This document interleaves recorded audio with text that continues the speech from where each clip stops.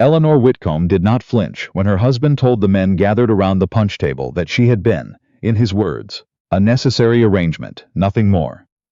She stood at the edge of the Fairweather ballroom with her gloved hands folded in front of her, the harbor wind rattling faintly against the tall windows, and let the orchestra swallow the rest of what he said. She had heard worse from him in private. She had simply never expected to hear it in public, over the rim of a crystal cup, to men who tipped their hats to her not an hour before. She had loved Julian Fairweather in silence for 4 years. 4 years of setting his coffee exactly the way he liked it, of learning which floorboards in Fairweather House creaked, so she would not wake him coming in late from the orchards, of waiting for a kindness that never widened into anything more than politeness. That night, something in her did not break. It simply closed, the way a door closes when a person finally accepts that no one is coming through it. The autumn of 1871 had settled over Nova Scotia with a low gray light that seemed to press the whole coastline flat, sea and sky the same color, gulls crying over the Halifax docks where the Fairweather Shipping Company kept its warehouses. It was the kind of light Eleanor had come to associate with her marriage, clean, correct, and entirely without warmth. She had been born Eleanor Prentice, the only daughter of a shipbuilder, who had gone under twice before he died, leaving behind more debts than anyone in the family cared to name aloud, when Julian Fairweather's father had proposed the match. A business alliance dressed up as a wedding, the Prentice timber contracts folded quietly into the Fairweather fleet. Eleanor's mother had wept with relief, rather than sorrow. Eleanor had been 22. She had not been asked so much as informed, gently, the way one is informed of a change in the weather. Julian was 28 then, already running his father's shipping interests, with a discipline that unsettled people twice his age. He was tall, deliberate in his movements, with a jaw that seemed permanently set against surprise. He was not cruel. Eleanor had catalogued this carefully over 4 years, the way a person catalogues small comforts in a difficult season. He did not raise his voice. He did not forget an anniversary, though he never remarked on it either. He simply did not see her, in the way that mattered, did not turn toward her when she spoke unless spoken to directly, did not ask what she thought of anything beyond the running of the house. His mother, Augusta Fairweather, had never made a secret of her disappointment in the match. She had wanted a Halifax name for her son, not a Prentice, not a girl whose father had left nothing behind but a widow's debts, and a daughter with excellent posture and no dowry to speak of. Augusta was polite to Eleanor in the way Frost is polite to a windowpane, present, cold, and entirely without malice, simply because it did not occur to Frost to be anything else. It was Julian's sister, Cassandra, 20 and unmarried, and still soft enough to be kind without calculating the cost of it, who had first shown Eleanor any real warmth in that house. It was Cassandra who told her, in her first winter as Mrs. Fairweather, that the orchard steward, a quiet man named Reeves, could use help. That the account books for the Fairweather orchards, 300 acres of apple trees running down toward the Annapolis Valley, had gone untouched since Julian's father's death, and that nobody in the family had the patience for columns of figures. Eleanor had the patience. She had grown up watching her own father lose everything for want of exactly that kind of attention, and something in her recognized the shape of the problem the way one recognizes an old wound in someone else's body. She began meeting with Reeves on Tuesday mornings, ostensibly to review household accounts, and within a year she understood the orchard's finances better than anyone alive, including Julian. She never told him this directly. It did not seem to be information he wanted from her. There were questions Eleanor turned over in the quiet hours of the house, when Julian was at the docks, or shut in his study, with the door closed in that particular way, that meant he did not wish to be found. Was the marriage entirely her mother's doing, or had her father, before his death, quietly arranged some part of it himself, some final act of protection dressed up as commerce? She never asked. There was no one left to ask. Her father had died before the contracts were signed, and whatever he had known or intended had gone into the ground with him. She wondered, too, about the cold of Fairweather House itself. Not metaphorically, but literally, the particular chill of the east wing where her rooms were, a chill Mrs. Pruitt, the housekeeper, attributed to a poorly drawing chimney that no one had ever bothered to repair, because Julian rarely set foot in that part of the house, and so had never noticed the draft that lived in his wife's bedroom through 3 winters. By the second year, Eleanor had stopped waiting for the marriage to become something else. She had not stopped hoping exactly. Hope, she found, was a stubborn thing that did not always ask permission before it stayed.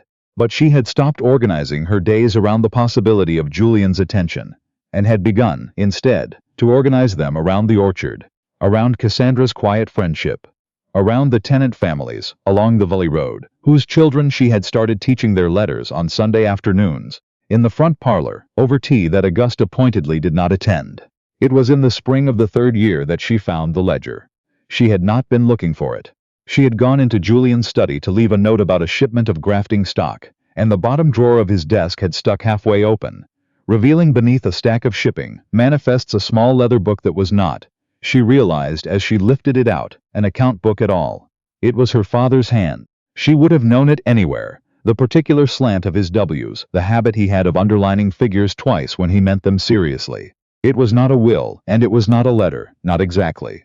It was a record, dates, sums, a running account of debts her father had owed to Julian's father across nearly a decade, debts that predated any marriage contract by years. And in the final entries, written perhaps a month before her father's death, a note in his own hand. J.F. Sr.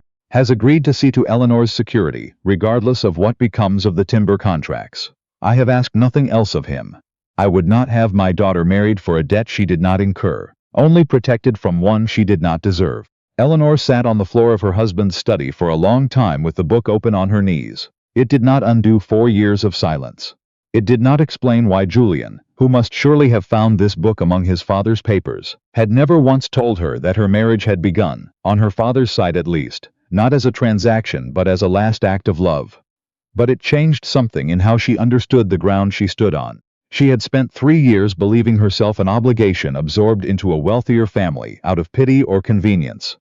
She had not considered that she might have been, from the very beginning, something someone had tried very hard to protect. She put the ledger back exactly as she had found it. She did not confront Julian.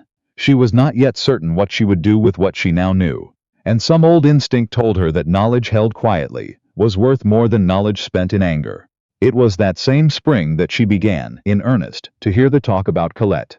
Colette Ashworth was a widow of considerable means who had taken a house near the Fairweather property 2 summers before, ostensibly to be near her brother's family. Though her brother's family saw remarkably little of her, she was clever and handsome in the particular way of women who have learned exactly how to hold a room, and she had known Julian since childhood. Had, according to Augusta, who mentioned it with a satisfaction she did not trouble to disguise, once been very nearly engaged to him before the prentice match intervened. Eleanor did not believe, in her better moments, that anything improper passed between her husband and Colette Ashworth. Julian was not a man who did things without deciding to do them first, and she did not think he had decided this. But she saw the way Colette's name entered conversations at dinner, easily, the way a familiar word enters a sentence without anyone reaching for it.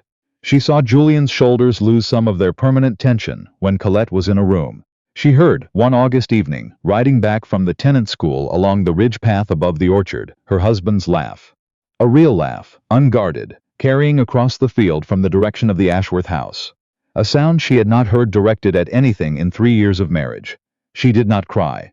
She had found, somewhere in the last 12 months, that she had very little left to spend on crying over Julian Fairweather, and what she had she preferred to save. She told Cassandra, eventually, not out of the ledger or Colette specifically, but out of something larger. A kind of exhaustion that had been building since the ballroom, since the words nothing more had followed her home in the carriage and sat down in the room with her every night since. I don't think I can keep living in a house where I am tolerated, Eleanor said. They were in the orchard, in the shade of the oldest tree, the one Reeves said had been planted by Julian's grandfather. I have tried to be useful. I have tried to be patient. I don't know what else there is to try. Cassandra, who loved her brother and loved Eleanor in roughly equal measure and had spent 3 years watching the distance between them with a helplessness that had curdled slowly into frustration, did not defend him. He doesn't know how, she said instead. That isn't the same as not caring, but I understand if it stops being a difference you can live inside. Eleanor did not make a dramatic exit. She had never been a dramatic person, and she did not intend to become one now, at 26, with a clearer head than she had ever had in her life. She wrote to her mother's cousin in St. John, a woman named Prudence, who ran a small but respected girls' school, and had, on more than one occasion in letters, mentioned needing someone to oversee the accounts and the younger students' lessons. Eleanor wrote asking, plainly, whether the position still stood. It did. She did not tell Julian she had written. She was not yet certain, herself, whether she meant to go. The occasion for what came next was, of all things, a storm. Late in September, a gale came up the coast, with more force than the almanac had promised, and it took down 3 of the oldest trees in the eastern block of the orchard, and tore a section of roof from the tenant cottages along the river road. Reeves came to the house at dawn, soaked through, to report the damage, and found Julian already at the docks, dealing with a ship that had come loose from its moorings in the harbor. It was Eleanor who rode out with Reeves in the gray first light to see the cottages. Eleanor who found the Doyle family, 6 children and a husband with a broken arm from the previous winter, standing in the yard with what they had managed to carry out of a house that was letting rain straight through into the front room. She did not send for Julian. She sent for lumber, and for the 2 carpenters kept on retainer for the shipyard. And she moved the Doyle family into the empty gardener's cottage at Fairweather House itself without asking anyone's permission, because there was no time to ask, and because it had not occurred to her, in the moment, that she needed to. It was 3 days before Julian, back from the harbor crisis, and told by Mrs. Pruitt, with some satisfaction, exactly what his wife had done in his absence, walked out to the orchard to find Eleanor standing with Reeves over a set of drawings for a new cottage roof, her sleeves pushed up, mud on the hem of a dress that had clearly not been chosen for the occasion, because there had been no time to choose anything. "You might have told me," Julian said. It was not quite an accusation. It was closer to something he did not have a better shape for yet. "You were at the harbor," Eleanor said, not looking up from the drawings. "Someone needed to see to the Doyles. I didn't think it required your permission to keep a family from sleeping in the rain." "It doesn't," he said. And then, after a silence that went on long enough that Reeves found a reason to walk toward the far fence line, "I didn't know you knew how to read a roofing estimate. You didn't ask," Eleanor said. It was not bitter. It was simply true, and she had reached the point in her life where she no longer saw the use in softening true things for him. He stood there a moment longer. Something moved behind his face that she had seen only rarely, not the closed, deliberate expression he wore in the harbor offices, but something less finished, less certain of itself. He did not say anything else. He turned and walked back toward the house, and Eleanor watched him go and felt, for the first time in a long while, not disappointment but something closer to curiosity. The weeks that followed were not a transformation. Julian Fairweather did not become, overnight, a man given to speeches and gestures.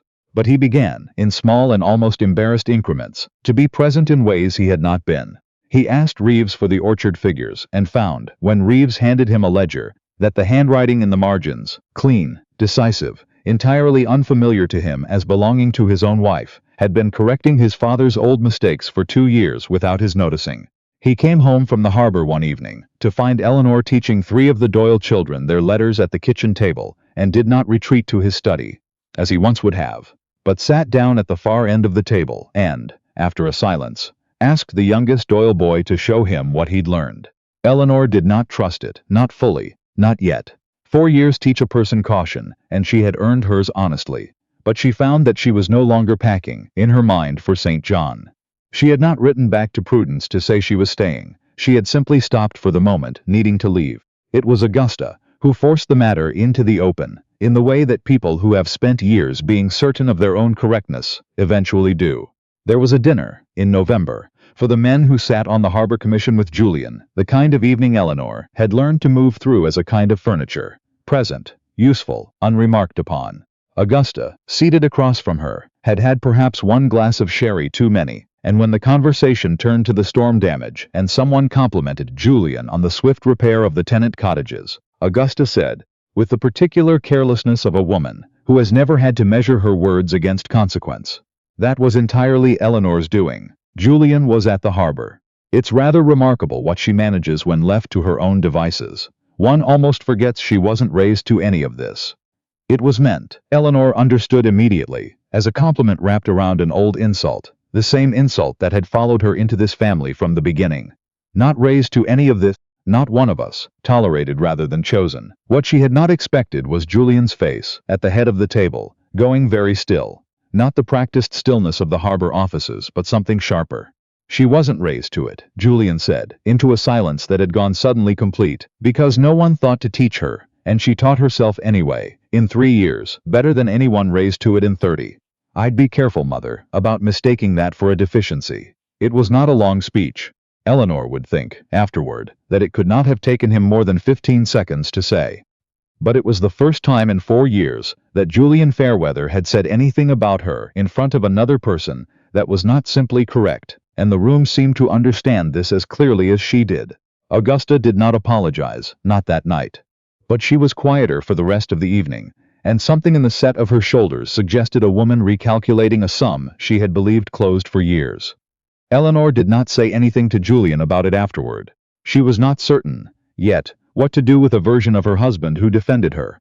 But she noticed that he walked her out to the carriage that night with his hand at her elbow, a small thing, an ordinary thing, that he had never once done before. The full accounting came in December at the Harbour Commission's Winter Assembly, the largest social occasion of the season in that part of Nova Scotia, held in the long hall above the Customs House, with its windows looking out over a harbour gone iron grey and half frozen at the edges. It was, Eleanor would think later, an odd place for anything to change. A room full of shipping men and their wives, the same room where, a year before, at a different gathering, Julian had once told a circle of his associates that their marriage had been a necessary arrangement and nothing more, not knowing or not caring that she stood close enough to hear it. This time, it was Julian who asked to speak. At the close of the evening, when the commission chairman rose to make the customary remarks about the year's shipping losses and the storm damage along the coast, Julian stood instead, and there was a pause in the room of the kind that happens when a man known for saying exactly as much as necessary, and no more clearly intends to say something unplanned. He spoke about the September gale, about the cottages, about the fact that the company's records, Eleanor's records, though he did not say this at first, showed that the orchard had turned its first real profit in a decade, a fact he attributed, plainly and without softening it into vague praise, to work his wife had done for 2 years that no one, including himself, had thought to ask about or acknowledge. He spoke about the Doyle family, about the school lessons in the front parlor that half the valley's children now attended on Sunday afternoons.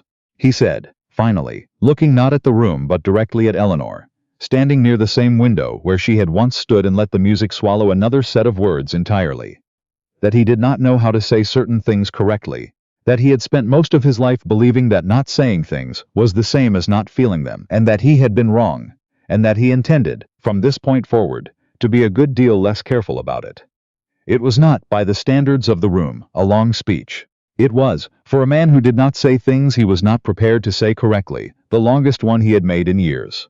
That was a very long speech, Eleanor said afterward, when he had crossed the room to her. When the other guests had returned to their conversations with the particular tact of people pretending not to have witnessed something private. For a man who didn't used to say anything at all. I had a good teacher, Julian said, and there was something in his face she had been waiting 3 years to see. Open, unguarded, lit from somewhere she had believed permanently closed. He laughed, then, actually laughed, in the middle of the Customs House hall, with no management of it at all, and Augusta, standing not far off with Cassandra at her side, went very quiet, and something that had been rigid in her posture for 4 years, seemed finally to loosen. Eleanor looked at her husband for a long moment, then she reached up and laid her hand flat against his chest, over the carefully pressed coat, over whatever had finally cracked open beneath it.